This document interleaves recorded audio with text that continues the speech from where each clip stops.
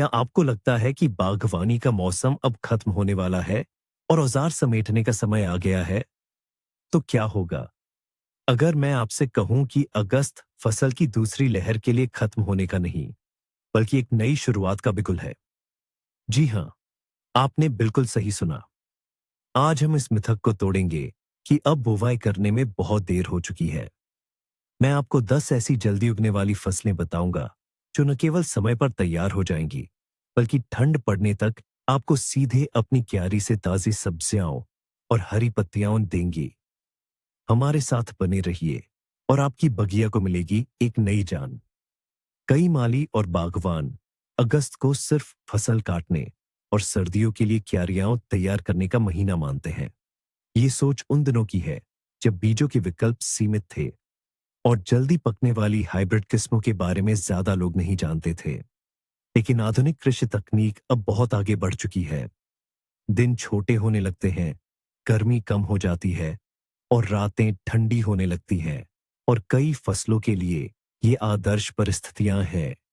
यहां तक कि जुलाई की चिलचिलाती धूप से भी बेहतर।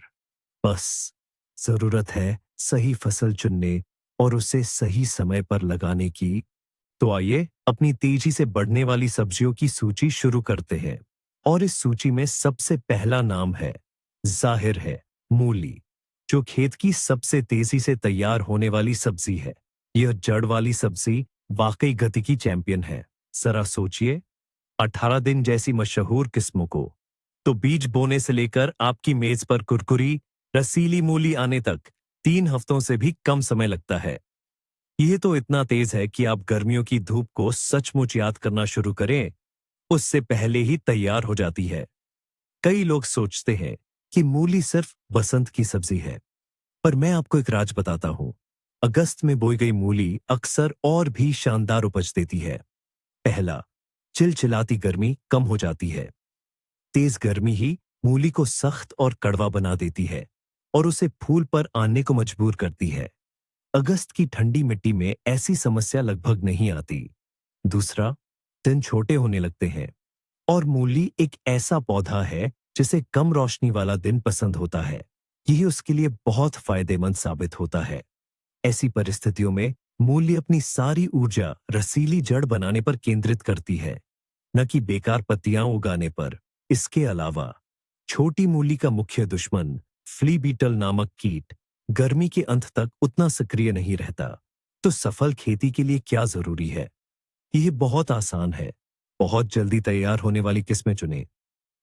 18 दिन के अलावा फ्रेंच ब्रेकफास्ट या झारा जैसी किस्में भी बहुत अच्छी रहेंगी। बीज ज्यादा गहरे न बोए, बस 1 से 1.5 सेंटीमीटर की गहराई पर। और सबसे अहम बात, मिट्टी में लगातार नमी बनाए रखे। अगर क्यारी सूख जाती है तो मूली अंदर से खोखली और तीखी बनेगी। जरा कल्पना कीजिए, सितंबर का महीना है और आप अपने ही बगीचे से निकली ताजा, थोड़ी मीठी मूली का कुरकुरा स्वाद ले रहे हैं। ये अपने बागवानी के मौसम को लंबा करने का एक शानदार तरीका है।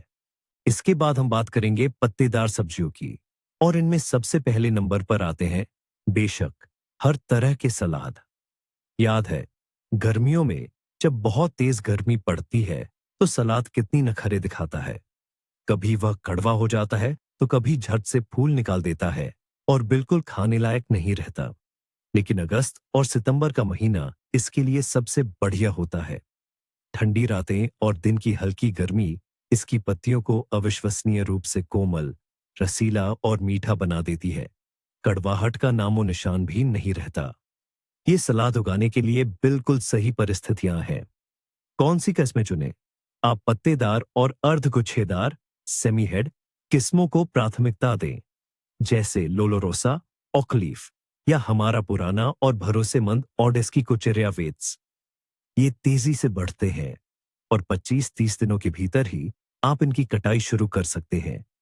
लेकिन आइसबर्ग जैसी हेड गुच्छेदार किस्मों के साथ जोखिम न लें, क्योंकि ठंड पड़ने से पहले वे शायद पूरी तरह से घने गुच्छे न बना पाएं।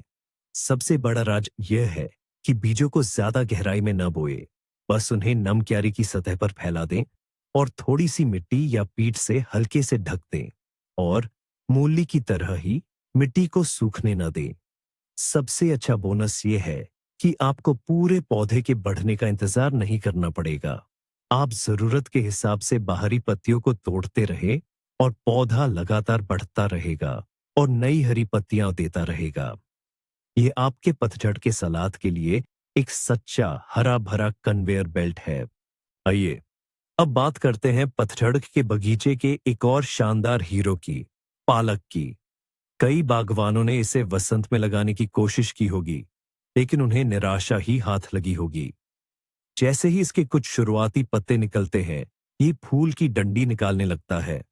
पत्तियां सख्त और बेस्वाद हो जाती हैं। क्या ये आपके लिए जानी पहचानी बात नहीं है?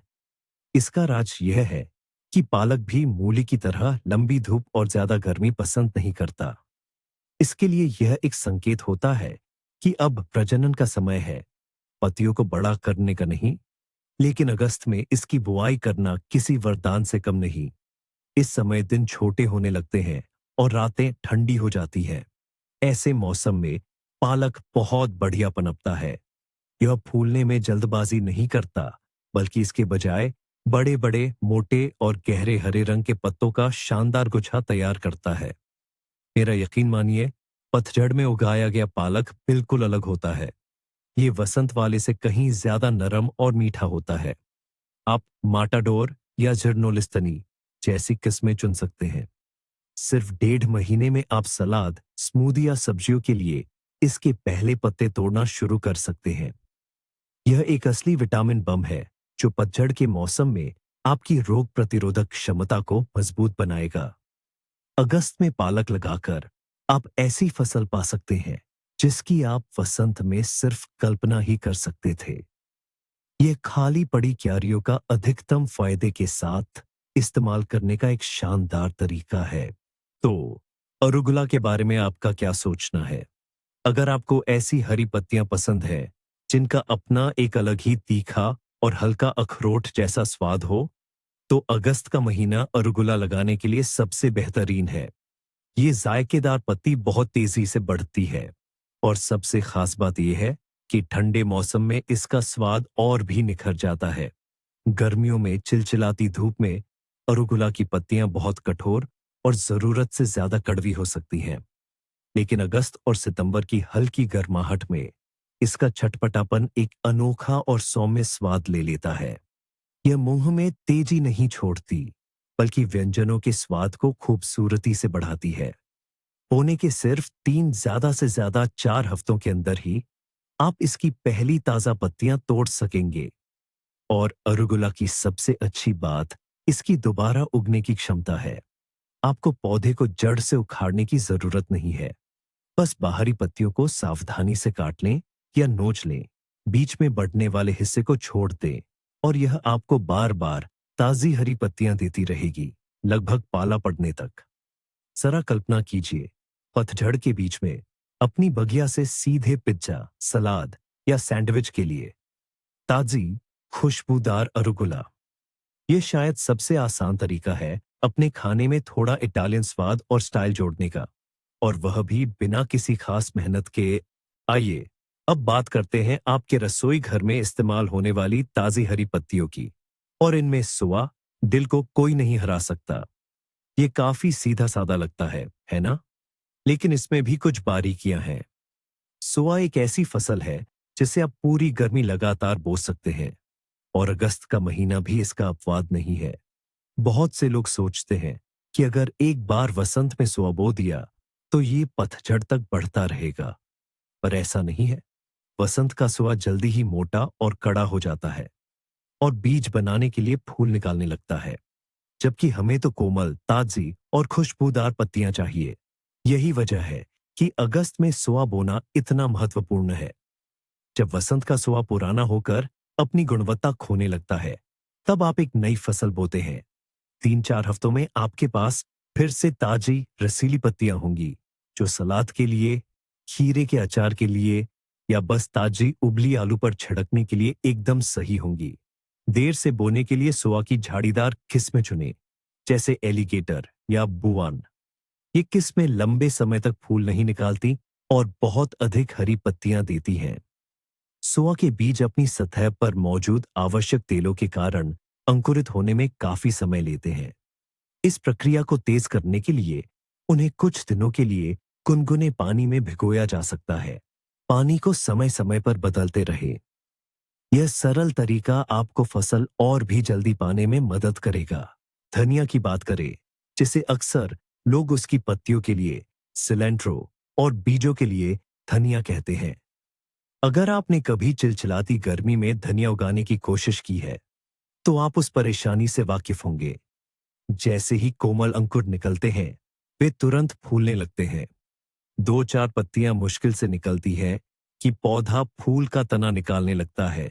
नतीजतन न तो आपको पर्याप्त हरी पत्तियां मिलती है और न ही बीज ढंग से तैयार हो पाते हैं। तो मैं आपको बताता हूं, गर्मी की इन सारी मुश्किलों को भूल जाइए।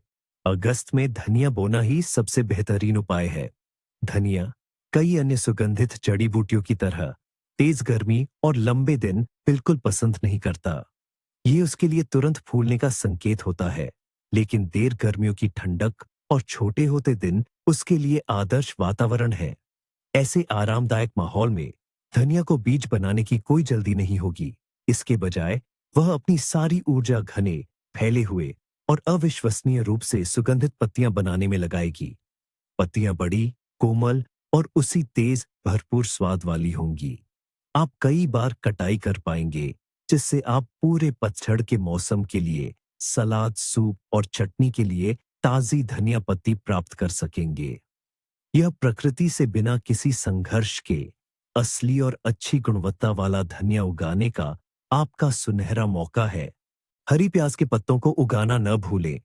यह शायद सबसे आसान और भरोसेमंद तरीका है, जिससे आप देर शरद ऋतु तक ताजी हरी सब्जियां पा सकते हैं।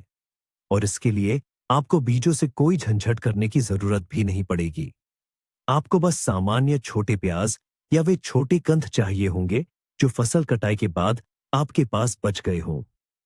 आप बाजार से खरीदे हुए प्याज का भी इस्तेमाल कर सकते हैं। बस ये सुनिश्चित करें कि वे स्वस्थ और ठोस हों। अपने बगीचे में एक खाली जगह ढूंढें और प्याज के कंधों को बस जमीन में लगा दें। बहुत गहरा न लगाएं, ऊपरी हिस्सा मिट्टी की सतह पर ही रहने दें। उनके बीच कुछ सेंटीमीटर का ही फासला रखें। इस विधि को ब्रिज प्लांटिंग कहा जाता है।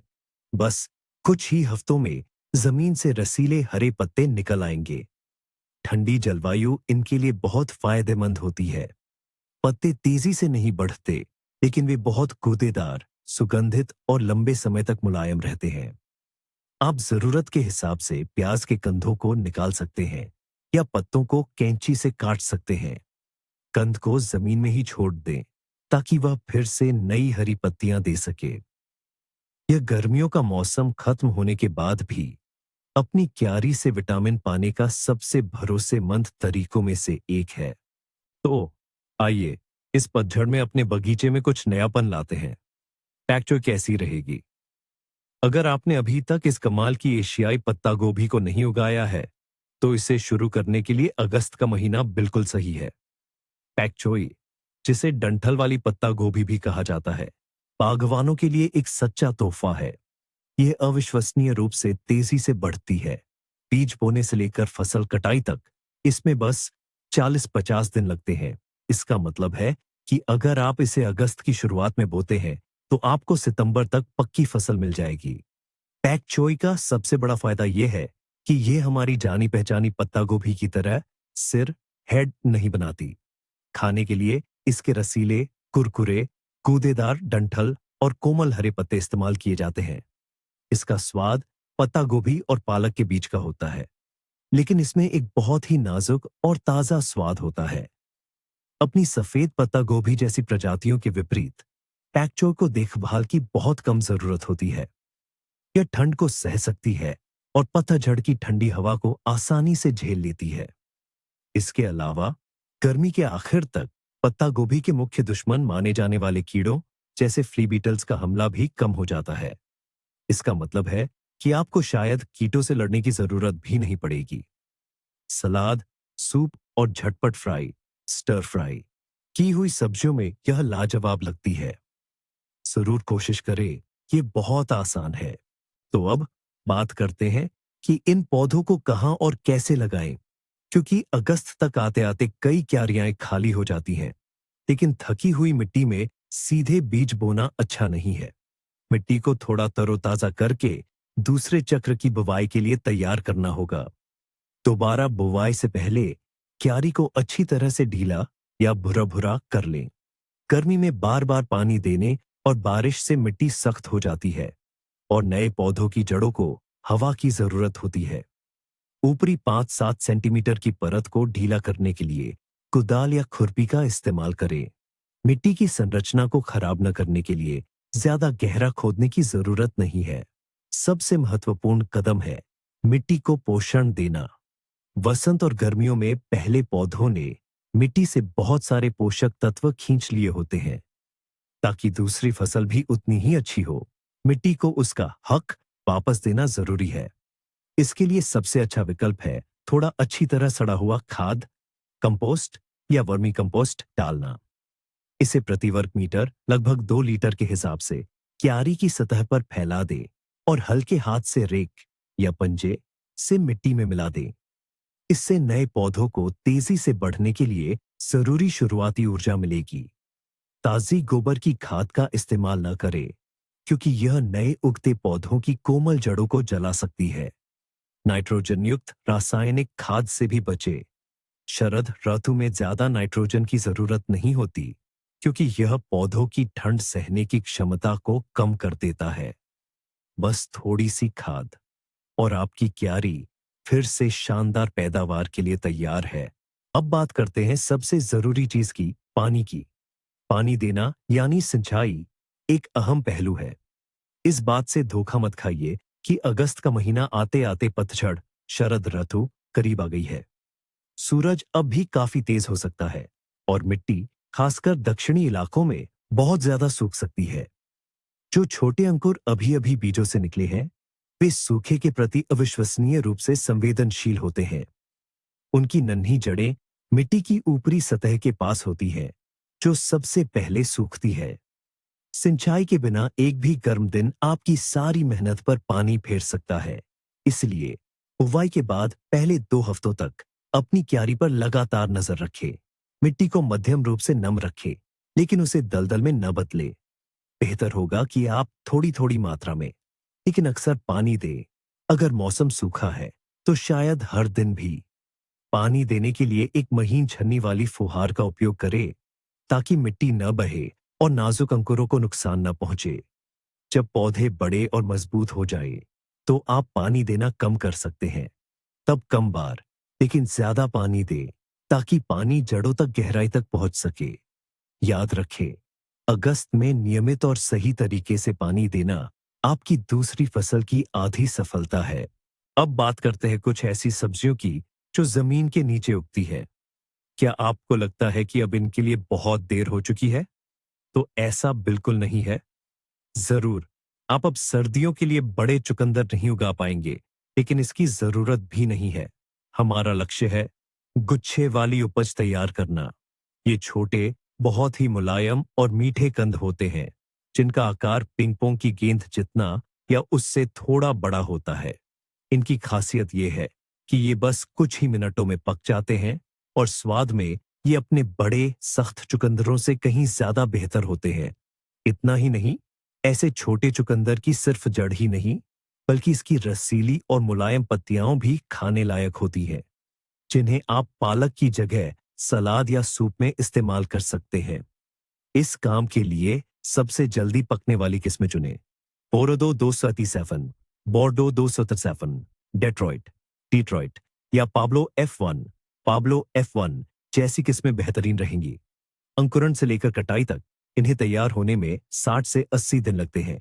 अगर आप इन्हें अगस्त के पहले हफ्ते में बोते हैं, तो अक्टूबर की शुरुआत तक आपको इन छोटे मीठे कंदों की एक शानदार फसल मिल जाएगी। ये आपके पतझड़ के खाने की मेज पर ताजे विटामिन जोड़ने का एक बेहतरीन तरीका है। डाइकॉन, जिसे जापानी मूली के नाम से भी जाना जाता है, अगस्त में बोने के लिए एक बेहतरीन विकल्प है। दरअसल, इसके लिए वसंत के बजाय अगस्त का महीना ज्यादा बेहतर होता है। इसकी वजह यह है कि डाइकॉन मूली की तरह ही कम दिन की रोशनी पसंद करने वाली फसल है। लंबे वसंत और शुरुआती गर्मियों के दिनों में यह जल्दी फूल पकड़ लेता है और जड़ के विकास की बजाय फूल की डंठल विकसित कर लेता है। लेकिन जब दिन छोटे होने लगते हैं, तो सही माहौल मिलने पर ये अपनी सारी ऊर्जा एक बड़ी, रसीली जड़ विकसित करने में लगाता है। अगस्त में बोया गया डायकॉन बहुत तेजी से बढ़ता है और किस्म के आधार पर सिर्फ 40-70 दिनों में तैयार हो जाता है। सबसे अच्छी बात यह है कि शरद ऋतु में मिलने वाली इसकी फसल में मूली जैसी कड़वाहट लगभग नहीं होती। इसकी जड़ें बहुत नरम, कुरकुरी और हल्की मीठी होती है। आप मिनोवासी या साशा जैसी शुरुआती और मध्यम शुरुआती किस्मों का चुनाव करें। ये हमारे मौसम के लिए बहुत उपयुक्त है। डायकॉन का भंडारण अच्छा होता है, इसलिए आप केवल शरद ऋतु में ही नहीं, बल्कि शुरुआती सर्दियों में भी ताजे, विटामिन से भरपूर सलाद का आनंद ले पाएंगे। यह एक अद्भुत फसल है, जिसे हमारे बगीचों में बेवजह कम उगाया जाता है। बहुत से लोग हैरान होंगे, लेकिन मटर की कुछ किस्में अगस्त में भी लगाई जा सकती हैं। बेशक, इसका मतलब सर्दियों के लिए जमा करने जितनी बड़ी पैदावार हासिल करना नहीं है। हमारा मकसद है देर से शरद ऋतु में ताजी मीठी कोमल फलियों का स्वाद लेना, जब लोग ऐसी स्वादिष्ट चीज के बारे में भूल चुके होते हैं। यह तरीका बहुत अच्छा काम करता है, खासकर दक्षिणी क्षेत्रों में जहां गर्म पतझड़ देर तक रहती है। लेकिन मैदानी इलाकों में भी कोशिश की जा सकती है। सफलता का रहस्य सही किस्म चुनने में है।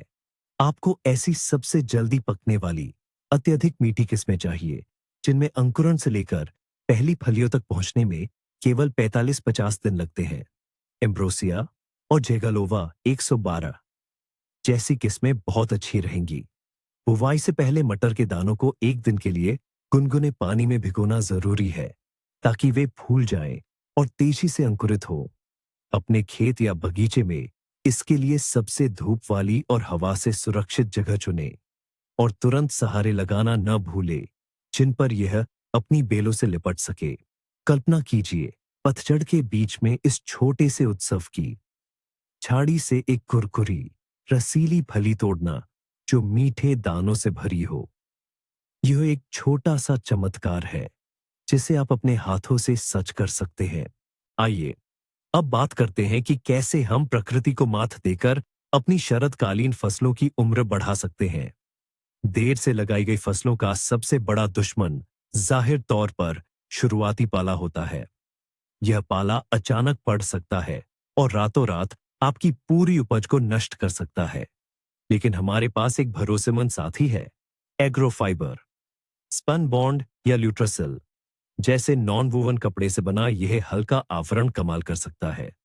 यहां तक कि 1730 ग्राम प्रति वर्ग मीटर घनत्व वाला सबसे पतला एग्रोफाइबर भी पौधों को -2 या यहां तक कि -3 डिग्री सेल्सियस तक के पाले से बचा सकता है।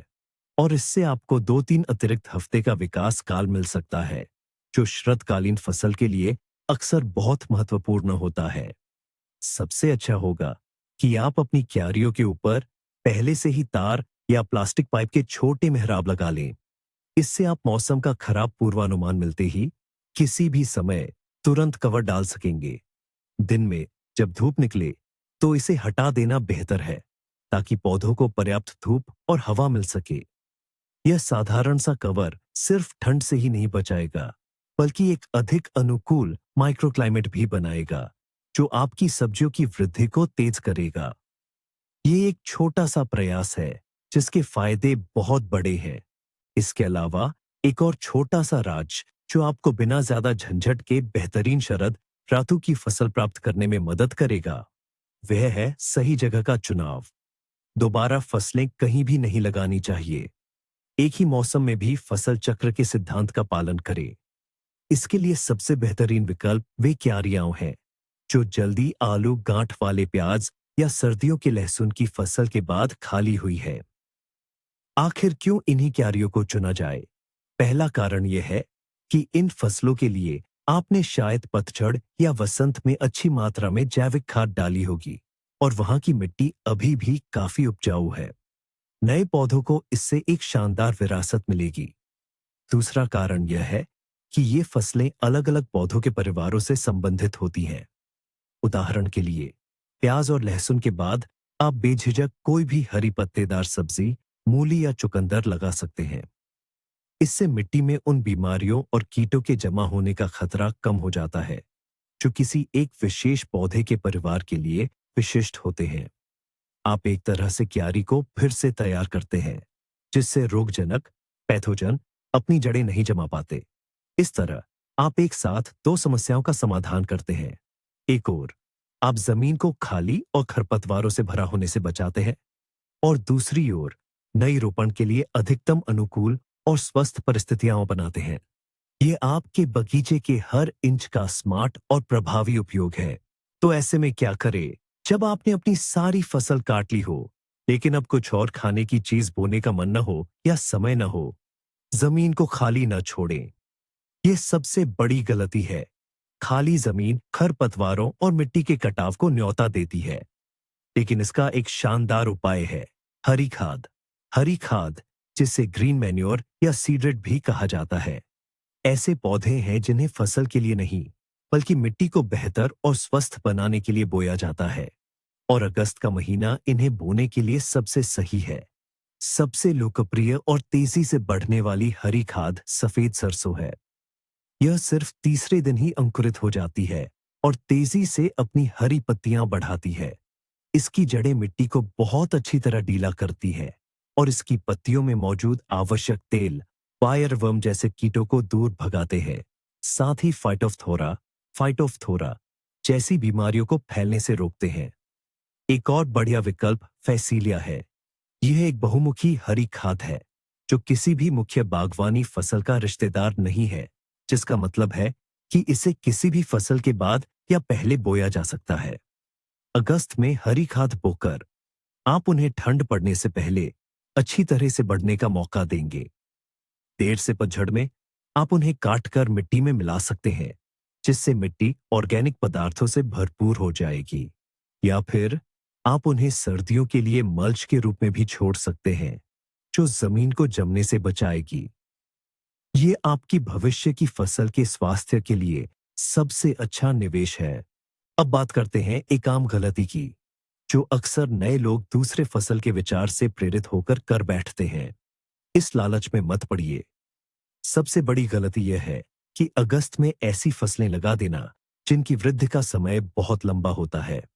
उदाहरण के लिए, आप देर से पकने वाली पत्ता गोभी नहीं उगा पाएंगे, जिसे एक घना पत्ता कोच बनाने में 100 से ज्यादा दिन लगते हैं। इसी तरह कद्दू, गाजर की बड़ी किस्में या देर से पकने वाले टमाटर भी लगाने से बचे। ये पौधे गंभीर और लगातार पड़ने वाली ठंड शुरू होने से पहले बस पक नहीं पाएंगे। आप अपनी मेहनत, समय और कीमती बीज बर्बाद कर देंगे और अंत में आपको सिर्फ हरे पत्ते या अधपके फल मिलेंगे, जो अक्टूबर में जम जाएंगे। ये संसाधनों की सरासर बर्बादी है। याद रखिए, अगस्त धावकों, स्प्रिंटर्स का समय है, न कि लंबी दौड़ के खिलाड़ियों, मैराथनर्स का। केवल उन्हीं किस्मों और फसलों को चुनें जिनकी हमने आज चर्चा की है। मूली, पत्तेदार सब्जियां, जल्दी पकने वाली चुकंदर और डाइकॉन। ऐसी फसलों पर ध्यान दें जिनका पकने का समय 60 अधिकतम 70 दिनों से ज्यादा ना हो। तभी आपकी देर से की गई बुवाई निश्चित रूप से शानदार परिणाम देगी। यथार्थवादी बने और प्रकृति आपको इसका इनाम देगी। अगस्त में लगाए गए आपके पौधों को आरामदायक रखने और पतझड़ के मौसम की मुश्किलों से बचाने के लिए एक आखिरी और बेहद जरूरी उपाय है मल्चिंग। बहुत से माली वसंत और गर्मियों में मल्च का इस्तेमाल करते हैं, लेकिन पतझड़ में इसे अक्सर भूल जाते हैं, और यह एक बड़ी गलती है। पतझड़ में तो मल्चिंग शायद ज्यादा महत्वपूर्ण हो जाती है। दिन में जमीन अभी भी सूरज की गर्मी से गर्म हो सकती है, लेकिन रात में वह बहुत तेजी से ठंडी हो जाती है। तापमान में ये अचानक और तेज बदलाव पौधों की जड़ों के लिए एक बड़ा तनाव पैदा करते हैं। जैविक मल्च की एक परत, जैसे कि कटी हुई और थोड़ी सूखी घास, पुआल या पत्तों का कचरा, कंबल की तरह काम करती है। यह तापमान के इन उतार चढ़ावों को कम करती है, दिन में जमा हुई गर्मी को बनाए रखती है और रात में जड़ों को बहुत ठंडा होने से बचाती है। इसके अलावा मल्च मिट्टी में कीमती नमी को बनाए रखने में भी शानदार तरीके से मदद करती है। अगस्त का महीना अक्सर सूखा रहता है और मल्च की परत के नीचे मिट्टी से पानी का वाष्पीकरण बहुत धीरे होता है, जिससे आपको कम पानी देना पड़ता है। और हाँ, यह उन खरपतवारों को भी बढ़ने नहीं देती जो पतझड़ में भी पूरी तरह से सक्रिय रहते हैं। तो जैसे ही आपके छोटे पौधे थोड़े बड़े और मजबूत हो जाए, पंक्तियों के बीच मल्चिंग करना न भूले। यह आसान कृषि तकनीक आपके पौधों का जीवन बहुत ज्यादा आरामदायक बना देगी और उन्हें आने वाली ठंड के लिए बेहतर ढंग से तैयार होने में मदद करेगी। और यह भी याद रखें कि शरद ऋतु की फसलें सिर्फ गर्मियों की फसलों का पूरक मात्र नहीं होती। उनका अपना एक अनूठा आकर्षण और स्वाद होता है। अनेक अनुभवी बागवानों का मानना है कि ठंडे मौसम में उगने वाली सब्जियां अक्सर गर्मियों की तुलना में ज्यादा स्वादिष्ट होती है। और इसका एक वैज्ञानिक कारण भी है। ठंडी रातें और दिन का मध्यम तापमान पौधों में श्वसन की प्रक्रिया को धीमा कर देता है। इसके कारण प्रकाश संश्लेषण की प्रक्रिया से पत्तियों में बनने वाली शर्करा उतनी सक्रियता से खर्च नहीं होती, बल्कि वे जड़ों और पत्तियों में जमा हो जाती है। यही कारण है कि शरद ऋतु की गाजर या चुकंदर अक्सर गर्मियों की तुलना में ज्यादा मीठी लगती है। पालक या सलाद जैसी हरी पत्तेदार सब्जियां ज्यादा कुरकुरी, रसीली और कोमल हो जाती है और अपनी अनावश्यक कड़वाहट भी खो देती है। यहाँ तक कि ठंडे मौसम में उगाई गई मूली भी ज्यादा नरम और संतुलित स्वाद वाली हो जाती है। तो अगस्त में सब्जियां बोकर आप सिर्फ मौसम की अवधि नहीं बढ़ा रहे होते, आप अपनी जानी पहचानी फसलों के बिल्कुल नए और अनोखे स्वाद का अनुभव करने का अवसर पाते हैं। ये उन लोगों के लिए प्रकृति का एक अनमोल तोहफा है जो अपने बगीचे को अलविदा कहने में जल्दबाजी नहीं करते और उसे एक दूसरा अवसर देने के लिए तैयार रहते हैं। और यहीं पर सबसे बड़ा ट्विस्ट है। अगस्त में आप जो सबसे अहम सब्जी बो सकते हैं, वो कोई और नहीं, बल्कि पूरे सीजन को जारी रखने की आपकी उम्मीद है। समझिए, बात सिर्फ मूली या पालक बोने की नहीं है। बात यह है कि गार्डनिंग सीजन खत्म होने के इस पुराने ख्याल को तोड़ना है। गर्मियों के आखिर में कुछ बोने का यह एक छोटा सा कदम ही बागवानी के प्रति आपके पूरे नजरिए को बदल देता है। आपका बगीचा एक छोटी सी वसंत गर्मी की दौड़ नहीं रहता, बल्कि एक पूरी मैराथन बन जाता है जो आपको ताजी सब्जियां और खुशी लगभग बर्फ पड़ने तक देता है। आपको सिर्फ अतिरिक्त उपज ही नहीं मिलती, बल्कि आप बागवानी के आनंद को भी बढ़ाते हैं। जब दुकानों में सब्जियों के दाम बढ़ने लगते हैं, तब आपको घर के ताजे विटामिन मिलते हैं और आप खुद को यह भी साबित करते हैं कि आपके बगीचे की क्षमता आपके सोचे से कहीं ज्यादा है। तो आइए संक्षेप में समझें। अगस्त अंत नहीं, बल्कि अपनी क्यारियों से दूसरी और शायद तीसरी उपज पाने का एक शानदार मौका है। जल्दी तैयार होने वाली हरी सब्जियां, मूली, डाइकॉन और यहां तक कि मटर भी, ये सभी इस पतझड़ में आपको अपनी ताजगी और स्वाद से खुश करने के लिए तैयार है। सबसे अहम बात यह है कि प्रयोग करने से डरे नहीं और अभी तुरंत काम पर लग जाए। ये वीडियो अंत तक देखने के लिए धन्यवाद। अगर ये आपके लिए फायदेमंद और प्रेरणादायक रहा हो, तो जरूर लाइक करें और चैनल को सब्सक्राइब करें ताकि आपके बगीचे के लिए नए सुझाव न छूटें। और अब आपसे एक सवाल है, अगस्त में आप क्या बोने की योजना बना रहे हैं?